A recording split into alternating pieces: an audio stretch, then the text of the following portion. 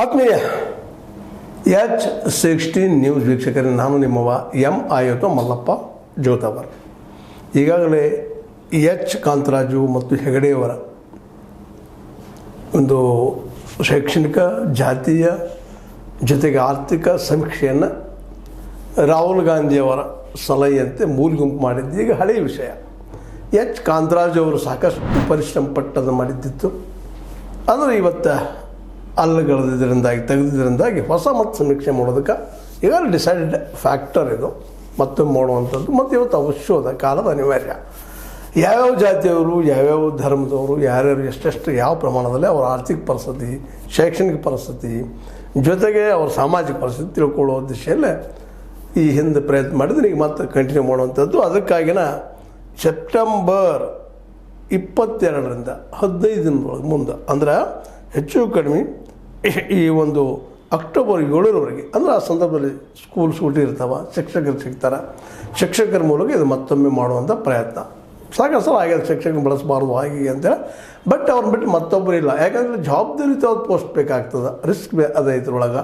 ಯಾಕಂದರೆ ಉಳಿದವರು ಯಾರನ್ನೋ ನೇಮಿಸಿದ್ರೆ ಅದು ನಾಳೆ ಏನೋ ಗಾಳಿ ಗೋಪಾರ ಆಗುವಂಥದ್ದು, ಅದಕ್ಕೂ ಆಬ್ಜೆಕ್ಷನ್ ಬರುವಂಥ ಸಾಧ್ಯತೆಗಳಿರ್ತವೆ. ಇಲ್ಲೇ ಶಿಕ್ಷಕರು ಸರ್ಕಾರಿ ನೌಕರರು ಇರೋದರಿಂದಾಗೆ ಸಹಜವಾಗಿ ಇದು ಪಕ್ಕಾ ಆಗಿರ್ತದೆ ಅಂತ ನಮ್ಮ ಭಾವನೆ. ಇಷ್ಟೆಲ್ಲ ಹಿಂದೆ ಮಾಡಿದರೂ ಅನೇಕ ಆಬ್ಜೆಕ್ಷನ್ಗಳಿದ್ದು ಹಿಂದಿನ ದಿನದಲ್ಲೇ ನಮ್ಮ ಒಕ್ಕಲಿ ಸಮುದಾಯದಿಂದ ಮತ್ತು ನಮ್ಮ ಲಿಂಗಾಯತ ಸಮುದಾಯದಿಂದ, ಲಿಂಗಾಯತ ಮತ್ತು ವೀರಶೈವ ಸಮುದಾಯಗಳಿಂದ ಇಲ್ಲ ಸರಿಯಾಗಿಲ್ಲ ಸಮೀಕ್ಷೆ ಅಂತ. ಅದೆಲ್ಲ ದಿಶೆಯಲ್ಲಿ ಇವತ್ತು ಸೈಂಟಿಫಿಕ್ ಆಗಿ ಮಾಡೋದಕ್ಕಾಗಿ ಈ ಒಂದು ದಿಶೆಯಲ್ಲೇ ಏನಪ್ಪ ಅಂತಂದ್ರೆ ಜಾತಿ ಗಣತಿ ಮಾಡುವಂಥದ್ದು ಇವತ್ತು ನೇರ ಜಾತಿ ಇನ್ನುಳಿದ ಸಹಿತ ಇಲ್ಲಿ ಫ್ಯಾಕ್ಟ್ರಿಗಳನ್ನು. ಯಾಕಂದ್ರೆ ಈ ಕೆಲವೊಮ್ಮೆ ಮೇಲ್ಜಾತಿಯಲ್ಲಿದ್ದಂಥವ್ರು ಬಡವರಿದ್ದಾರೆ, ಕೆಳಜಾತಿಯಲ್ಲಿದ್ದಂಥವ್ರು ಬಡವರಿದ್ದಾರೆ, ಮತ್ತು ಅಶಿಕ್ಷಿತರಿದ್ದಾರೆ. ಎಲ್ಲ ಕಡೆ ಹೆಚ್ಚಿಗೆ ಕೆಳಜಾತಿ ಜನರಲ್ಲಿ ಹೆಚ್ಚಿಗಿದೆ ಅನ್ನೋದು ನಮಗೆ ಗೊತ್ತಿದ್ದ ವಿಷಯ. ಅದು ಈಗಾಗಲೇ ಅನುಭವದಿಂದ ತಿಳ್ಕೊಂಡಂಥ ಮತ್ತು ಅದರ ಇತ್ತೀಚಿನ ದಿನದಲ್ಲಿ ಏನೇನಾಗಿತ್ತು ಡೆವಲಪ್ಮೆಂಟ್ ತಿಳ್ಕೊಬೇಕಾಗಿದೆ ಖಚಿತವಾಗಿ. ಆ ದಿಶೆಯಲ್ಲೇ ಜಾತಿವಾರು ಈ ಒಂದು ಸಮೀಕ್ಷೆ ಆಗಿ ಅದು ನಮ್ಮ ತೆಲಂಗಾಣದಲ್ಲಿ ಆದ ರೀತಿಯಲ್ಲಿ ಅಂತೇಳಿ ನಮ್ಮ ಸಿದ್ದರಾಮಯ್ಯನವರು ಜೊತೆಗೆ ಸಚಿವ ಶಿವರಾಜ್ ತಂಗಡಗಿ ಅವರು ಸಮೀಕ್ಷೆ ನಡೆಸೋ ಕುರಿತಾಗಿ ಈಗಾಗಲೇ ಟ್ರೈನಿಂಗ್ ಕೊಡಿಸೋದು ಮಾಡೋದೆಲ್ಲ ಇವತ್ತಿನ ಶುರು ಆಗ್ಯದ. ಆದಷ್ಟು ಜಲ್ದಿ ಮುಗಿಸ್ತೀವಿ, ಅದಕ್ಕೆ ಟೈಮ್ ಬಾಂಡ್ ಹಾಕ್ಕೊಂಡಿದ್ದಾರೆ. 15 ದಿನದಲ್ಲಿ ಈ ಸಮೀಕ್ಷೆ ಮುಗಿಸೋದು. ಅದಕ್ಕಾಗಿ 1.65 ಲಕ್ಷ ಗಣತಿದಾರನ ನೇಮಿಸುವಂಥದ್ದು, ಆದಷ್ಟು ಜಲ್ದಿಯಾಗಿ ಬಗೆಹರಿಸುವಂಥದ್ದು. ಮತ್ತು ಹಿಂದಿನ ಒಂದು ಸಮೀಕ್ಷೆಯಲ್ಲಿ 54 ಪ್ರಶ್ನೆಗಳನ್ನು ಕೇಳುವಂಥದ್ದಿತ್ತು. ಇದೀಗ ಏನದಪ್ಪ ಅದಕ್ಕಿಂತ ಇನ್ನೂ ಅಷ್ಟು ಹೆಚ್ಚಾಗಿ ಕೇಳುವಂಥ ಪ್ರಮೇಯಗಳು ಈ ಸಲ ಬಂದಿದ್ದಾವೆ. ಎಲ್ಲ ನೆಲೆಗಟ್ಟಿನಲ್ಲೇ ನಮ್ಮ ಈ ಜಾತಿವಾರು ಗಣತಿ ಇನ್ನೊಮ್ಮೆ ಮಾಡೋದ್ರಿಂದಾಗೆ ಇದು ಮುಂದಿನ ದಿನದಲ್ಲಿ ಭಾಳಷ್ಟು ಹೆಲ್ಪ್ ಆಗುವಂಥದ್ದು ಅಂತ. ಹೆಲ್ಪ್ ಅಂದ್ರೆ ರಿಸರ್ವೇಷನ್ ದಿಶೆಯಲ್ಲಿ, ಮೀಸಲಾತಿ ದಿಶೆಯಲ್ಲೇ ಬಿದ್ದವ್ರಿಗೆ ಎಷ್ಟು ಕೊಡ್ಲಿಕ್ಕೆ ಸಾಧ್ಯದ, ಏನೇನು ಮಾಡಲಿಕ್ಕೆ ಸಾಧ್ಯದ, SC ST OBC ಜೊತೆಗೆ ಮೈನಾರಿಟಿ ಇವ್ರು ಯಾವ ಪ್ರಮಾಣದಲ್ಲಿ ಇದ್ದಾರೆ, ಒಂದು ಉಳಿದ ಮೇಲ್ಜಾತಿಗಳು ಮತ್ತೊಂದು ಜಾತಿಗಳು ಯಾವ ರೀತಿ ಇರ್ಬೋದು ಅಂತೇಳಿ. ಇದು ನಿಜವಾಗಿ ಭಾಳ ವರ್ಷಗಳ ಹಿಂದೆ ಆಗಬೇಕಾಗಿತ್ತು, ಈಗ ಆಗ್ತಾಯಿದೆ, ಆಗಲೇಬೇಕಾದಂಥದ್ದು. ಈಗಾಗಲೇ ಆಗಿದ್ದು ಕಾಂತರಾಜ್ ಅವರು ಮತ್ತೆ ರಿಪೀಟ್ ಆಗಬಾರ್ದಿಲ್ಲ. ಅದಕ್ಕಾಗಿ ಪರ್ಫೆಕ್ಟಾಗಿ ಮಾಡಿ ಅಂತೇಳಿ ಸಿದ್ದರಾಮಯ್ಯನವರು ತಮ್ಮ ಕೈ ಕೆಳಗಿನ ಅಧಿಕಾರಿಗಳಿಗೆ ಮತ್ತು ತಮ್ಮ ಒಂದು ಕ್ಯಾಬಿನೆಟ್ದಲ್ಲೇ ಒಂದು ಸಲಹೆನೂ ಕೊಟ್ಟಿದ್ದಾರೆ. ಇದು ಅತ್ಯಂತ ಪರ್ಫೆಕ್ಟ್ ಆಗಲಿ ಮತ್ತು ಪಕ್ಕಾ ಆಗಲಿ ಅಂತೇಳಿ ಈ ಸಮೀಕ್ಷೆ. ಯಾಕಂತಂದ್ರೆ ಅವ್ರು ಹೇಳಿದಂಥ ಮಾತು, ಸಾಮಾಜಿಕ ಮತ್ತು ಶೈಕ್ಷಣಿಕ ಸಮೀಕ್ಷೆಗೆ ಈ ಬಾರಿ 1.65 ಲಕ್ಷ ಗಣತಿದಾರರು ಸೇರಿದಂತೆ ಮಾನವ ಸಂಪನ್ಮೂಲ ಅವಶ್ಯವಿದೆ. ಸಮೀಕ್ಷೆ ಕೆಲಸಕ್ಕೆ ಶಿಕ್ಷಕರ ಜೊತೆಗೆ ಇತರ ಇಲಾಖೆ ಸಿಬ್ಬಂದಿಯನ್ನು ಬಳಸಿಕೊಳ್ಳಲಾಗುವುದು ಅಂತ ಹೇಳಿಬಿಟ್ರೆ. ಅಂದರೆ ಎಲ್ಲ ಡಿಪಾರ್ಟ್ಮೆಂಟ್ ತೊಗೊಳ್ತೀವಿ, ಜಲ್ದಿ ಮುಗಿಸ್ಬೇಕಾಗಿದೆ. ಇದನ್ನು ಈಗಾಗಲೇ ಮಾಡಿದ್ದ ರಿಪೋರ್ಟ್ಗಳು ಹೋಗಿ ಮೋಸ್ಟ್ಲಿ ಅದನ್ನು ಚಾಣಿಗೆ ಹಾಕೋ ಕೆಲಸ ಮಾಡ್ಬೋದು, ಅದು ನೋಡ್ಕೋಬೋದು. ಹೇಗೆ ಇದ್ದಂಥ ಆಧಾರ ತೆಗೆದುಕೊಂಡು ಹೋಗಬೇಕಾಗಿದೆ. ಎಲ್ಲಿಯಾದರೂ ಡಾಕ್ಯುಮೆಂಟ್ಸ್ ಇದ್ದಾವೆ, ಅದ್ರ ಜೊತೆ ಇನ್ನಷ್ಟೇನು ಹೆಚ್ಚಾಗಿದ್ದಾರೆ, ಏನಾಗಿದೆ ನೋಡುವಂಥ ಕೆಲಸ. ಮುಂದೆ ಅದ್ರ ಜೊತೆಗೆ ಸಂಬಂಧಪಟ್ಟ ಎಲ್ಲ ಇಲಾಖೆಗಳು ಸಮನ್ವಯದಿಂದ ಕಾರ್ಯನಿರ್ವಹಿಸಿ ಸಮೀಕ್ಷೆ ಕಾರ್ಯವನ್ನು ಯಶಸ್ವಿಗೊಳಿಸಬೇಕು ಅನ್ನುವಂಥ ಮಾತು. ಎಲ್ಲರೂ ಕೂಡಿ ಮಾಡುವಂಥದ್ದು ಮಾಡಿರಿ ಅಂತೇಳಿ. ಒಟ್ಟಾರೆಯಾಗಿ ಹಿಂದುಳಿದ ವರ್ಗಗಳ ಆಯೋಗದಿಂದ ಈ ಸಮೀಕ್ಷೆ ನಡೆಯುವಂಥದ್ದು.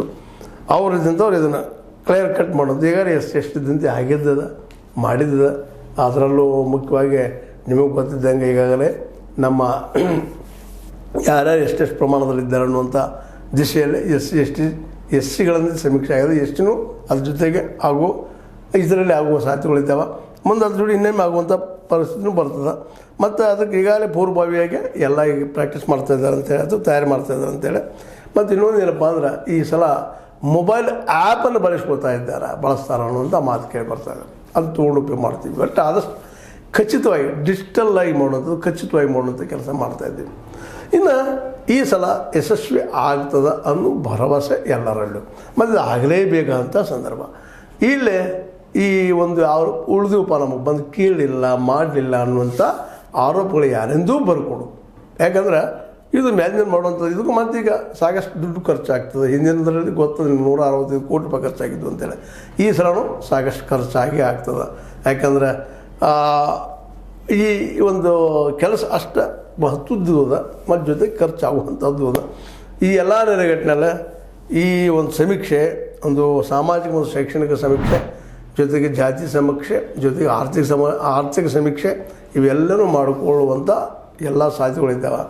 ಇದರಿಂದಾಗಿ ಒಂದು ಸ್ಪಷ್ಟ ಚಿತ್ರ ನಮ್ಮ ಕಣ್ಣು ಬರ್ತದೆ. ಯಾರು ಎಷ್ಟಿದ್ದಾರಪ್ಪ ಅಂತೇಳಿ, ಯಾರ್ಯಾರು ಯಾವ ಪ್ರಮಾಣದಲ್ಲಿದ್ದಾರೆ ಆ ಪ್ರಮಾಣದಲ್ಲೇ ಅವ್ರಿಗೆ ರಿಸರ್ವೇಷನ್ ಮೋಸ್ಟ್ಲಿ ಘೋಷಣೆ ಆಗುವಂಥದ್ದು ಮಾಡ್ಬೋದೇನೋ. ಯಾಕಂದರೆ 75% ಮಾಡಬೇಕು ಅನ್ನುವಂಥ ವಿಚಾರಗಳು ಇದ್ದಾವೆ.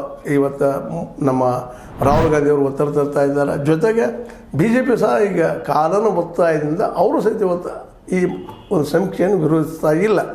ವಿರೋಧಿಸಿದರೆ ತಮಗೆ ಕೆಟ್ಟ ಹೆಸರು ಬರ್ಬೋದು ಅನ್ನೋಂಥ ಭಯನೂ ಅವ್ರಲ್ಲಿ ಅದ. ಆದರೆ ಇದನ್ನು ಸಾಧಿಸ್ಬಿಟ್ಟು ಇನ್ನಷ್ಟು ಮುಂದೂಡೋದು ಇದುವರೆಗೆ ಮುಂದೂಡೋದನ್ನು ಬಂದಿದ್ದಾರೆ. ಇನ್ನೂ ಅಷ್ಟು ಮುಂದೂಡೋ ಪ್ರಯತ್ನ ಮಾಡ್ತಾಯಿದ್ದಾರೆ. ಇದು ಮುಂದೂಡೋದ್ರಿಂದ ಇನ್ನೇನು ಭಾಳ ಮುಂದೆ ಹೋಗಲಿಕ್ಕಿಲ್ಲ ಅನ್ನೋಂಥ ಮಾತು ಕಂಡು ಬರ್ತಾ ಇದ್ದಾವೆ. ಯಾಕಂದ್ರೆ ಮುಂದೆ ಹಾಕೋದ್ರಿಂದ ಸಮಸ್ಯೆ ಸಾಲ್ವ್ ಆಗೋದಿಲ್ಲ. ಮೊದಲು ಎಲ್ಲರಿಗೂ ಯಾರು ಎಷ್ಟು ಪ್ರಮಾಣದರ ಒಮ್ಮೆ ಲೆಕ್ಕ ಆಯ್ತಂದ್ರೆ ಮುಂದಿನ ಒಂದು ಏನೋ ಈ ಒಂದು ಪ್ಲ್ಯಾನ್ ಮಾಡಬೇಕಾಗಿತ್ತು. ಈ ದೇಶಕ್ಕೆ ಎಲ್ಲರಿಗೂ ಮುಟ್ಟುವಂಥ ಕೆಲಸ ಏನು ಮಾಡಬೇಕಾಗಿದೆ, ಯಾರು ಯಾವ ರೀತಿ ಬೆಳೆದಿದ್ದಾರೆ, ಯಾರು ಏನು ಕೊಡಬೇಕು ಏನು ಕೊಡಬಾರ್ದು. ಯಾಕಂದರೆ ಬೆಳೆದಂಥ ಕೆಲವು ಸಮುದಾಯಗಳಿದ್ದಾರೆ, ಅವ್ರಿಗೆ ಕಟಾಪ್ ಆಗುವಂಥದ್ದು, ಬಿದ್ದಂಥವ್ರು ಆ ಸಮುದಾಯದಲ್ಲಿ ಬಿದ್ದಂಥವ್ರಿಗೆ ಅನುಕೂಲ ಆಗುವಂಥದ್ದು, ಇವೆಲ್ಲ ದೃಷ್ಟಿ ಇಟ್ಕೊಂಡು ಈ ಒಂದು ಸಮೀಕ್ಷೆ ಮಾಡ್ತಾಯಿದ್ದಾರೆ. ಈ ಸಮೀಕ್ಷೆಯಿಂದ ನಿಶ್ಚಿತವಾಗಿಯೂ ಈ ಎಲ್ಲ ಸಮುದಾಯಗಳಿಗೆ ಅನ್ಯಾಯ ಆಗಲಿಕ್ಕಿಲ್ಲ ಅಂತೇಳಿ ಒಂದು ತರ್ಕ ಮತ್ತು ಸಹಜವಾದ ಅನುಕೂಲಗಳು ಸಿಕ್ಕಪ್ಪ ಅಂದ್ರೆ ಎಲ್ಲರೂ ಬೆಳಿತಾರೆ ಮತ್ತು ತಮ್ಮ ಹಾದಿ ಹಿಡ್ಕೊಳ್ತಾರೆ ಅಂತೇಳಿ. ಯಾಕಂದ್ರೆ ಒಂದು ಏನೋ ನೀವು ಮೇಲೆ ಎದ್ದು ನಿಲ್ಬೇಕಾದ್ರೆ ಒಂದು ಆಧಾರ ಬೇಕಾಗ್ತದೆ, ಒಂದಿಷ್ಟು ನಿಮಗೆ ಬೆಂಬಲ ಬೇಕಾಗ್ತದೆ. ಇಲ್ಲದವ್ರಿಗೆ ಇದ್ದವ್ರಂತೆ ಆರ್ಥಿಕ ಪರಿಸ್ಥಿತಿ ಚೆನ್ನಾಗಿರುತ್ತೆ, ತಗೊಂಡು ಹೋಗ್ತಾರೆ. ಆರ್ಥಿಕ ಮತ್ತು ಸಾಮಾಜಿಕ ಪರಿಸ್ಥಿತಿಯಿಂದ ಚೆನ್ನಾಗಿರ್ತದೆ. ಯಾಕಂದರೆ ಜಾತಿ ನೆಲೆಗಟ್ಟಿನಲ್ಲಿ ನಮ್ಮ ಸಾಮಾಜಿಕ ಸ್ತರಗಳು ಬೇರೆ ಬೇರೆ ಆಗಿರ್ತಾವೆ. ಇದು ನಮಗೆ ಗೊತ್ತಿದ್ದು ಮಾತನ್ನು. ಒಟ್ಟಾರೆಯಾಗಿ ಈ ಸಮೀಕ್ಷೆ ಮುಂಬರುವ ದಿನಗಳಲ್ಲಿ ಇಡೀ ರಾಜ್ಯದ ಪ್ರತಿಯೊಬ್ಬರಿಗೂ ನ್ಯಾಯ ಸಿಗುವಂಥದ್ದಾಗಬೇಕು ಅನ್ನೋದು ಒಂದು. ಇನ್ನೊಂದು ಮಾತು ಈ ಸಂದರ್ಭದಲ್ಲಿ ನಾವು ನೆನಪಿಸ್ಬೇಕಾಗ್ಯದ. ಈಗಾಗಲೇ ಸಿದ್ದರಾಮಯ್ಯನವರು ಸಾಕಷ್ಟು ಕೆಲಸಗಳನ್ನು ಮಾಡ್ತಾಯಿದ್ದಾರೆ. ಮತ್ತು ಇನ್ನೊಂದು ಇತ್ತೀಚೆಗೆ ಬಂದಂಥ ರಿಪೋರ್ಟ, ಈಗ ಕರ್ನಾಟಕ ರಾಜ್ಯನೂ ಆರ್ಥಿಕವಾಗಿ ಭದ್ರಾಗಲಿಕ್ಕತ್ತದ, ಹೆಚ್ಚು ಗಟ್ಟಿ ಆಗಲಿಕ್ಕತ್ತದ ಅನ್ನುವಂಥ ಮಾತು. ಆರ್ಥಿಕವಾಗಿ ದೇಶ ನಂಬರ್ 1 ಆಗ್ಯದಪ್ಪ ಅಂತೇಳಿ. ಇದಕ್ಕೆ ನಮ್ಮ ಸಿದ್ದರಾಮಯ್ಯನವರು ಇಲ್ಲ ಗ್ಯಾರಂಟಿ ಕೊಟ್ಟಿದ್ದ ಕಾರಣ, ಗ್ಯಾರಂಟಿ ಕೊಟ್ಟಿದ್ದರಿಂದಾಗಿ ದುಡ್ಡು ಸರ್ಕ್ಯುಲೇಷನ್ ಆಗಿ ಆರ್ಥಿಕ ಪರಿಸ್ಥಿತಿ ಸುಧಾರಿಸ್ಲಿಕ್ಕತ್ತದ ಅಂತೇಳಿ ಒಂದು ಮಾತನ್ನು ಆಡಿದ್ದಾರೆ. ಅದರಲ್ಲಿ ಸತ್ಯಾಂಶಗಳಿದ್ದಾವೆ, ಇಲ್ಲ ಅಂತಲ್ಲ, ತಳ್ಳಿ ಹಾಕಲಿಕ್ಕೆ ಆಗೋದಿಲ್ಲ ಅದನ್ನು. ಯಾಕಂದ್ರೆ ಈ ಒಂದು ಉದ್ಯೋಗ ಸ್ಟಾರ್ಟ್ ಆಯ್ತಪ್ಪ ಅಂದ್ರೆ ದುಡಿಯೋರಿಗೆ ಮಾತ್ರ ಅನುಕೂಲ ಆಗ್ತಾವೆ. ಒಂದು ಉದ್ಯೋಗ ಶುರು ಆಗೋದ್ರಿಂದ ಅಂಥದ್ದು ಆಗ್ಯದ ಈ ಗ್ಯಾರಂಟಿಗಳಿಂದ, ಇಲ್ಲ ಅಂತಲ್ಲ.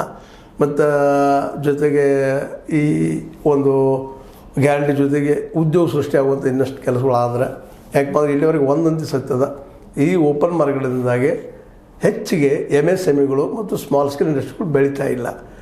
ಮತ್ತು ಜೊತೆಗೆ ದೊಡ್ಡ ಉದ್ಯೋಗಗಳು ಬೆಳೀತಾ ಇಲ್ಲ ಈ ದೇಶದಲ್ಲೇ. ಯಾಕಂದ್ರೆ ಈಗಾಗಲೇ ಈ PSUಗಳ ಮೂಲಕ ಉದ್ಯೋಗ ಕೊಡೋದಿತ್ತು, ಅವು ಕಡಿಮೆ ಆಗ್ಯಾವ. ಆದಷ್ಟು ಆ ದಿಶೆಯಲ್ಲೇ ಏನಾದರೂ ಸರ್ಕಾರ ಕ್ರಮ ಕೈಗೊಂಡ್ರೆ, ಜೊತೆಗೆ ಶಿಕ್ಷಣಕ್ಕೆ ಈಗಂತೂ ರಿಸರ್ವೇಷನ್ದಲ್ಲಿ ತೆಗಿಲಿಕ್ಕಿದ್ದಾರೆ. ಸಮೀಕ್ಷೆ ಆದಮೇಲೆ ಯಾರ್ಯಾರು ಇಲ್ಲೇ ಬಿದ್ದ ಸಮುದಾಯದನೋ ಅವರಿಗೆಲ್ಲ ಫ್ರೀ, ಅಟ್ಲೀಸ್ಟ್ ಅವ್ರಿಗಾದರೂ ಫ್ರೀ ಶಿಕ್ಷಣ ಸಿಗುವಂಥ ವ್ಯವಸ್ಥೆ ಆಗಲಿ. ಆರ್ಥಿಕವಾಗಿ ಆಗಿರ್ಬೋದು, ಸಾಮಾಜಿಕವಾಗಿ ಆಗಿರ್ಬೋದು. ಯಾರು ವೀಕರ್ ಸೆಕ್ಷನ್ ಇದ್ದಾರೆ ಅವರಿಗೆ ಫ್ರೀ ಎಜುಕೇಷನ್ನ ಮತ್ತು ಫ್ರೀ ಮೆಡಿಷನ್ ಅಥವಾ ಮೆಡಿಕಲ್ ಟ್ರೀಟ್ಮೆಂಟ್ ಸಿಗುವಂಥ ಒಂದು ದಿನಗಳು ಬರಲಿ ಅನ್ನುವಂಥದ್ದು. ಇವಕ್ಕೆಲ್ಲದಕ್ಕೂ ಈಗಾಗಲೇ ಸಾಕಷ್ಟು ಸಲ ಹೈಕೋರ್ಟ್ಗಳಾಗಿರ್ಬೋದು, ಸುಪ್ರೀಂ ಕೋರ್ಟ್ ಆಗಿರ್ಬೋದು, ಕರೆಕ್ಟ್ ಆದಂಥ ಡಾಟಾ ಇಲ್ಲ ನಿಮ್ಮದು ಅಂತೇಳಿ.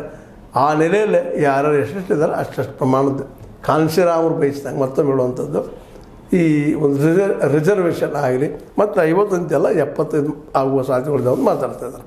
ಏನೋ ಆಗಲಿ ಈಗಂತೂ ಕಾಂತರಾಜರ ಮುಂದುವರೆದ ಈ ಸಮೀಕ್ಷೆ ಇನ್ನು ಯಾವುದೇ ಅಡೆತಡೆ ಇರೋದ ಅದು ರಿಕಗ್ನೈಸ್ ಆಗಲಿ ಕಾರ್ಯರೂಪಕ್ಕೆ ಬರಲಿ ಅಂತ ಹಾರೈಸ್ತಾ ನಮಗೆ ನಿಶ್ಚಿತಗೆಲ್ಲ ಮಾತು ಮಾತಾಡಿದ್ವಿ. ಮತ್ತು ಅದು 15 ದಿವಸದಲ್ಲಿ ಇವ್ರು ಹೇಳ್ಕೊಂಡಿದ್ದಾರೆ.